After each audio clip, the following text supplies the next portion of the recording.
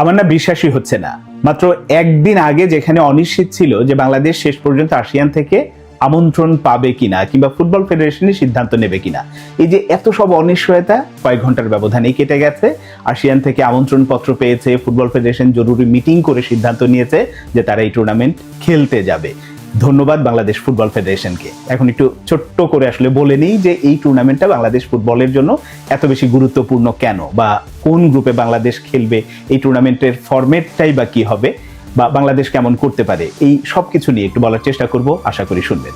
শুরুতে একটু বলে নেই যে ফিফা আসিয়ান কাপ, আসিয়ান কাপটা কি এটা সবাই কম বেশি যারা ফুটবলের খোঁজ খবর রাখেন জানেন। তারপরেও একটু বলে দিই, সেটা হচ্ছে যে আমাদের যেমন সাউথ এশিয়াতে সাফ একটা ফুটবল অর্গানাইজেশন, একইভাবে দক্ষিণ পূর্ব এশিয়ার যে দেশগুলো আছে তাদের নিয়ে এই আসিয়ান অঞ্চল এবং ওই দেশ মানে ওই অঞ্চলের দেশগুলো এরকম একটা ফুটবল টুর্নামেন্ট অনেক আগে থেকেই খেলে। তো এবার যেটা হয়েছে যে ফিফা এর সাথে যুক্ত হয়েছে, ফিফা এখানে অর্থ দিচ্ছে, অনেক কিছুই সাপোর্ট দিচ্ছে, ফলে যেটা এটার নাম খানিকটা পরিবর্তন হয়ে ফিফা আসিয়ান কাপ হয়েছে।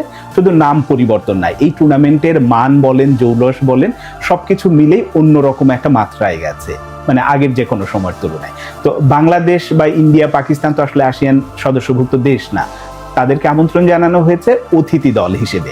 বাংলাদেশকে তো শুরুতে আমন্ত্রণ জানানো হয়েছে, আমন্ত্রণ জানানো হয়েছিল ভারত এবং পাকিস্তানকে। ভারত শেষ মুহূর্তে ব্রাজিলের বিপক্ষে ম্যাচ খেলবে জন্য নাম উইথড্র করে নিয়েছে, সেই জায়গায় বাংলাদেশ আসলে সুযোগটা পেল। এখন এই আসিয়ান কাপের এবার যে ফরম্যাটটা, এখন খেলছে 14টা দল। এখন 14টা দল নিয়ে ফিফা উইন্ডোর মধ্যে, একটা ফিফা উইন্ডোতে যদি আপনি একটা টুর্নামেন্ট করতে যান, লম্বা একটা সময়ের দরকার, সেটা কাভার করবে না, খেলোয়াড় পাওয়া না পাওয়া, এটা নিয়ে অনেক রকম ঝামেলা আছে। সেই কারণে আয়োজকরা যেটা করেছে, এই 14 দলের টুর্নামেন্টটাকে দুটো ভাগে ভাগ করেছে। একটা হচ্ছে যে প্রিমিয়ার ডিভিশন আর একটা চ্যালেঞ্জ ডিভিশন। এখন প্রিমিয়ার ডিভিশনের স্বাগতিক দেশ হচ্ছে ইন্দোনেশিয়া, আর চ্যালেঞ্জ ডিভিশনের স্বাগতিক দেশ হচ্ছে হংকং। বাংলাদেশ খেলবে প্রিমিয়ার ডিভিশনে, এবং প্রিমিয়ার ডিভিশনে ইন্ডিয়াকে আমন্ত্রণ জানানো হয়েছিল, এবং বাংলাদেশ আবার খেলবে হচ্ছে গ্রুপ এতে। সেখানে অপোনেন্ট হিসেবে আছে স্বাগতিক ইন্দোনেশিয়া আছে, মালয়েশিয়া আছে, সিঙ্গাপুর আছে। এই টুর্নামেন্টের কোনো রকম কোনো সেমিফাইনাল বা আদার্স কোনো ফরম্যাট রাখা হয়নি, তৃতীয় স্থান নির্ধারণী এরকম না। দুটো গ্রুপ থেকে, মানে এক হচ্ছে প্রিমিয়ার ডিভিশন আর একটা হচ্ছে যে চ্যালেঞ্জ ডিভিশন, দুটো দিক থেকে, মানে দুটো ডিভিশন থেকে কিন্তু দুটো দল চ্যাম্পিয়ন হবে, তাদের জন্য আলাদা আলাদা প্রাইজ মানি আছে এবং পার্টিসিপেশন মানিও আছে। তো বাংলাদেশ গ্রুপ পর্বে 3টা ম্যাচ খেলবে, এটা তো কনফার্ম, মালয়েশিয়া, সিঙ্গাপুর এবং ইন্দোনেশিয়ার বিপক্ষে। সেখান থেকে যদি গ্রুপ চ্যাম্পিয়ন হতে পারে, মানে দুটো গ্রুপ চ্যাম্পিয়ন, এ এবং বি গ্রুপ, এবং এই এ বি গ্রুপের চ্যাম্পিয়ন দল খেলবে হচ্ছে ফাইনাল। টুর্নামেন্টটা হবে আগামী 26শে সেপ্টেম্বর থেকে 4 অক্টোবর, এবং এই সময়ের মধ্যে গ্রুপ পর্বের ম্যাচগুলো ফাইনাল সবকিছুই হয়ে যাবে।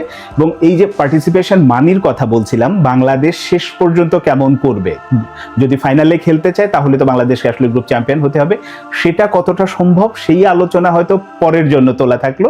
কিন্তু পার্টিসিপেট করছে এই টুর্নামেন্টে, এই বাবদ বাংলাদেশ কিন্তু প্রায় 1.5 কোটি টাকার মতো পাবে, আরো আনুষঙ্গিক যদি মিলিয়ে ম্যাচ ফি অন্যান্য হিসেব করা হয় প্রায় 2 কোটি টাকার কাছাকাছি যাবে। এইটা হচ্ছে বাংলাদেশের জন্য একটা বড় প্রাপ্তি। আমি টাকাটাকেও বড় করে দেখতে চাই না, আমি বড় করে দেখতে চাই যে বাংলাদেশের ফুটবল প্রেমীরা দীর্ঘদিন হলো, আমরা তো সাফ কেন্দ্রিক এক ধরনের স্বপ্ন দেখি, বা একটা ইন্টারন্যাশনাল ম্যাচ হলেই সেই ম্যাচ দেখা নেই হচ্ছে, সেই উন্মাদনাতেই আসলে আমরা মেতে থাকি। কিন্তু এরকম একটা টুর্নামেন্টে যখন খেলতে যাবে বাংলাদেশের চেয়ে ওপরের দিকে র্যাঙ্কিং এর দল, তাদের বিপক্ষে কেমন করে, আর কেমন করে এই স্বপ্ন বা সম্ভাবনাটা কখন আসলে কথা বলা হচ্ছে, যখন আমাদের বাংলাদেশ দলটা একটা পরিবর্তিত পরিস্থিতির ভেতর দিয়ে যাচ্ছে, একটা রেভুলেশন যদি বলি সেই রকম হচ্ছে বংশোদ্ভূত প্লেয়ারদের নিয়ে।